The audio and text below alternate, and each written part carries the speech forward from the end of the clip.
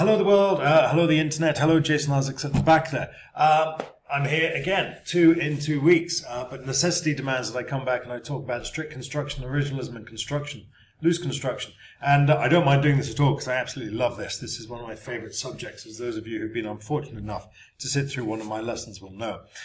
This is all about a very, very simple concept. Really, what we're looking for here is the hunt for legal certainty. We are trying to find that fixed point for our judicial system, so we're not embracing arbitrary rule. We'll know that the rule of law says that all rules apply to all people at all times and all in the same way.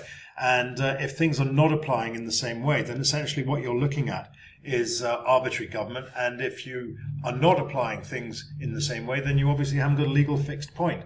I'm sorry if I haven't explained that particularly clearly. Hopefully what I'm trying to say will come through over the course of this particular demonstration, this particular exercise. And it all hinges, I think, on this particular phrase, which I found in the majority opinion in Casey, where Souter, writing for himself and O'Connor and who was the third one? I can't remember. It'll come to me eventually. Souter wrote that liberty finds no refuge in the jurisprudence of doubt, which is to say you can never be free if you don't know what the law means. If you don't know how the law is going to play out, then you are never truly free. And so throughout this entire exercise, what we're trying to find is legal certainty. We're trying to find exactly something that we can say, yes, this is what the law means, and this is our starting point. And we know that in America, essentially we have three approaches to the Constitution, three approaches to define or to find this legal certainty. We start with strict construction, which is perhaps the easiest intellectually to get our head around. And it simply says that we've got the text, and that's it. If it's not in the text, don't go looking for it. If it's not explicitly written in the Constitution, then it doesn't exist. So that is our strict construction. I'm going to leave it at that for the moment. I'll come back to that in a minute. Originalism, we will know, takes the Constitution and then says, yes, okay, but then we have to put it in context. We have to look at the context of this.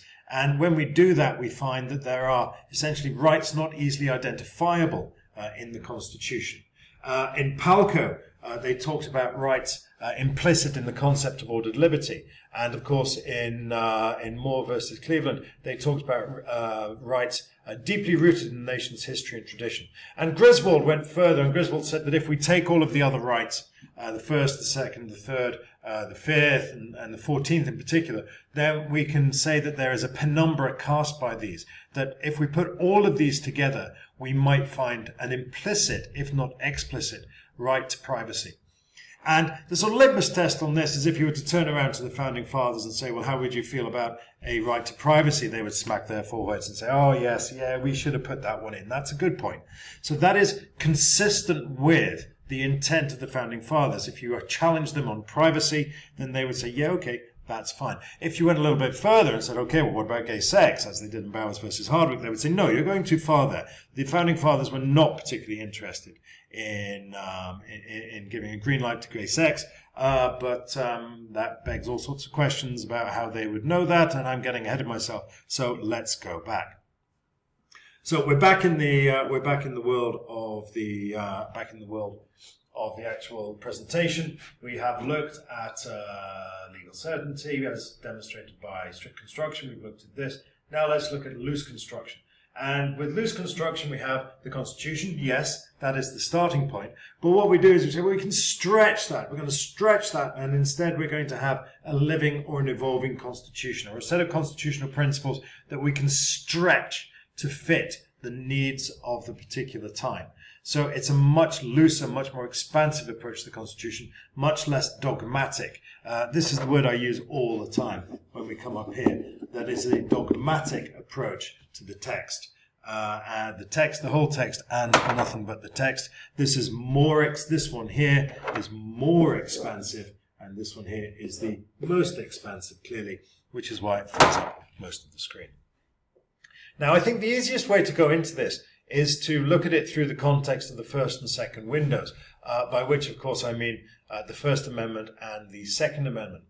Now, if we look at these, and let's get rid of them for the time being, we look at the strict constructionist approach to these things, we get all sorts of very, very interesting things revealed. So the First Amendment there, it says that Congress shall not abridge the freedom of speech, etc., etc., etc. Well, if that's the case, then you can't pass laws preventing espionage. You can't pass laws preventing hate speech.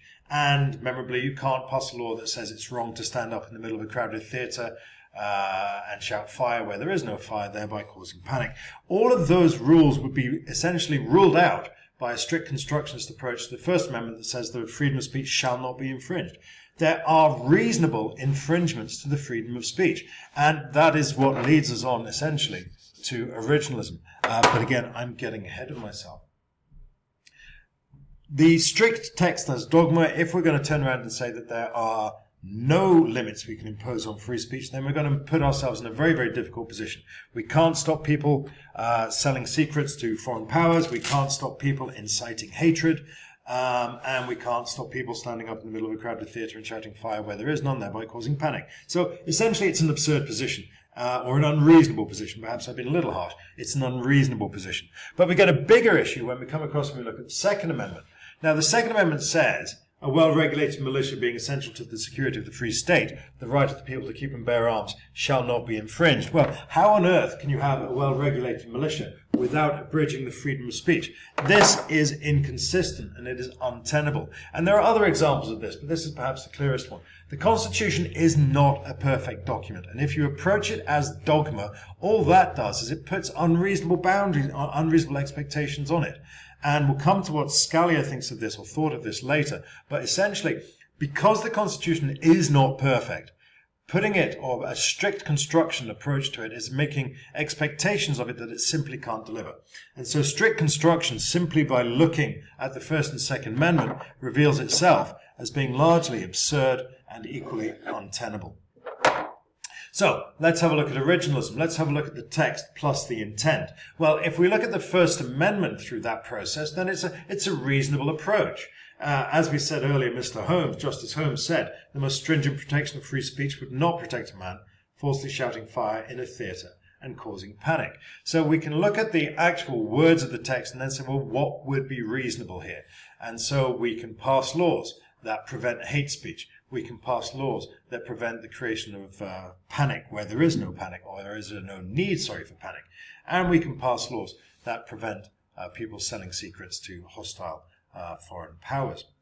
So originalism there gives us a reasonable interpretation, and that looks quite good. But then when we flip across and we look at the Second Amendment, originalism becomes unhelpful. You're saying, well, what is the original intent here? Okay, and the question then becomes, well, what does that comma mean? What does the comma mean in the middle of the First Amendment, the Second Amendment?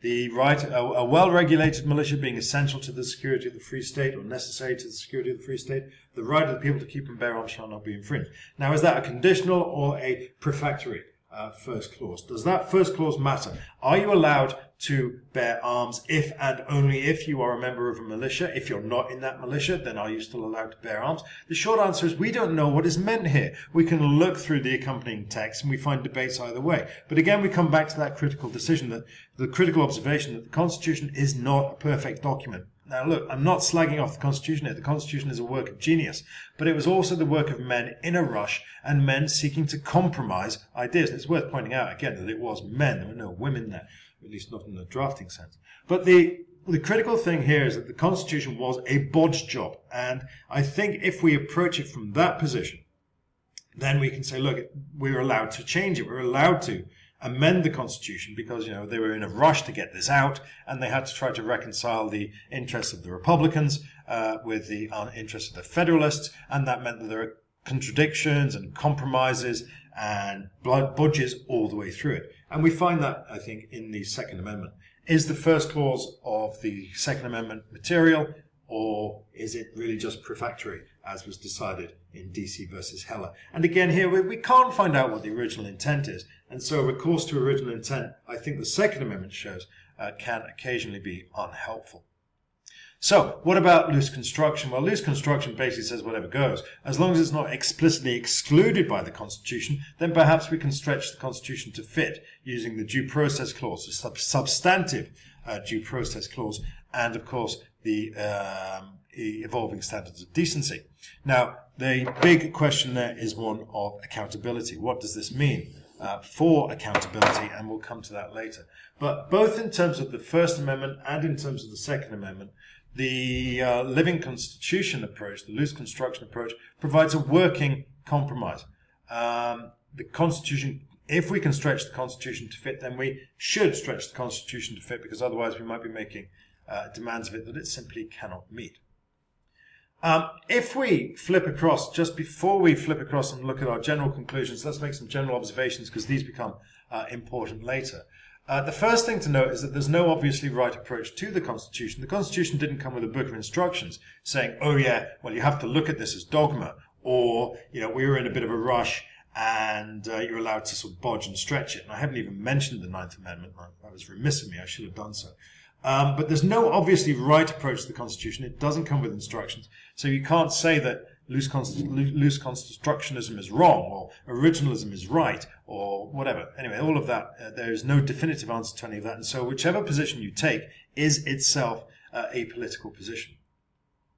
The constitutional amendment process, we know, is far too difficult. It's not really a practical working solution to the problems of the day. And that has profound consequences for strict construction and for originalism. And I think the last point I'd like to bear in mind is that the appointment process is generally sound. It tends to weed out the nut jobs. And it is democracy once removed. Yes, these people are not themselves democratically accountable, but they are appointed by people who themselves are democratically accountable. The general approach, we can generally say that the appointment process is sound. So, on one hand, strict constructionism gives us the strongest claim to legal certainty, and it does restrict the role of the judiciary. You're not going to have your politicians in robes there. And so in that sense, it's a good thing. However, I think that what we found is that it is impractical in terms of real-world application. The Constitution is not a perfect document. And as a consequence of that, I think it's fair to say that strict constructionism is more of a rhetorical device or an intellectual position than a valid judicial position. Originalism is beguiling. Original makes a claim to the middle ground in that we have legal certainty in the sense of the text, plus a degree of flexibility by respecting or extrapolating to the original intent of the founding fathers. However, there are problems with that. The first is that the claim to legal certainties are dubious or spurious, and we find that really in the Second Amendment. You know, we don't know what the founding fathers meant. Now, the second problem is that of amending the Constitution. The Constitution has been amended twice in terms of this. You know, if we're looking at the rights of blacks and if we're looking at the rights of women, we've got the 13th Amendment and the 19th Amendment. The problem is that going further is going to be very, very difficult. I can't see a situation whereby the Constitution is going to be amended to do anything to do with gay rights or gun rights. And of course, the originalist position is don't come to the courts seeking problems that need to come from the legislators. The legislators are never going to amend the Constitution. The states are never going to amend the Constitution because it's just too bloody difficult. So let's go and have a look instead at loose construction. Loose construction says, well, stuff legal certainty. We can't do that. There's no such thing as certainty. We have to be flexible. We have to be pragmatic. And that sounds good. Except the problem there is that that necessarily means that the judges are becoming legislators of the last resort. The judges are becoming politicians in robes. Now, that wouldn't be a problem of itself, except for the fact that they are, by definition, unaccountable. We have an independent judiciary. We have that imperial judiciary. There are no comebacks to the judiciary. So if you have your politicians, you want them to be accountable. If people are making political decisions, they should answer for them. But judges do not answer for their decisions. That is the general principle of the independence of the judiciary. And so if we have judges serving as legislators of last resort, then they become undemocratic and unaccountable. The short answer is that there is no easy answer here, and that has to be our solution. There is no right answer. And perhaps we can discuss further what that means in terms of loose, strict, and originalism. But I'm going to have leave the closing words to Scalia. This was in the matter of interpretation. He talks about the courts not having an intelligible, generally accepted and consistently applied theory of statutory interpretation. That is, it doesn't come with instructions. That was the point we made earlier. He says that judges should essentially be textualists, and that is originalists, according to his particular definition as laid out there. Strict constructionism, he says, is a degraded form of textualism, and I would have to agree with him. Loose constructionism, however, says that it's the interpretation of a living constitution without agreement, that is, democratic mandate of establishing what that might be. And I'm running out of time. I think that's really nice. I don't disagree with any of those, but it doesn't bring us any closer to a solution. Here's our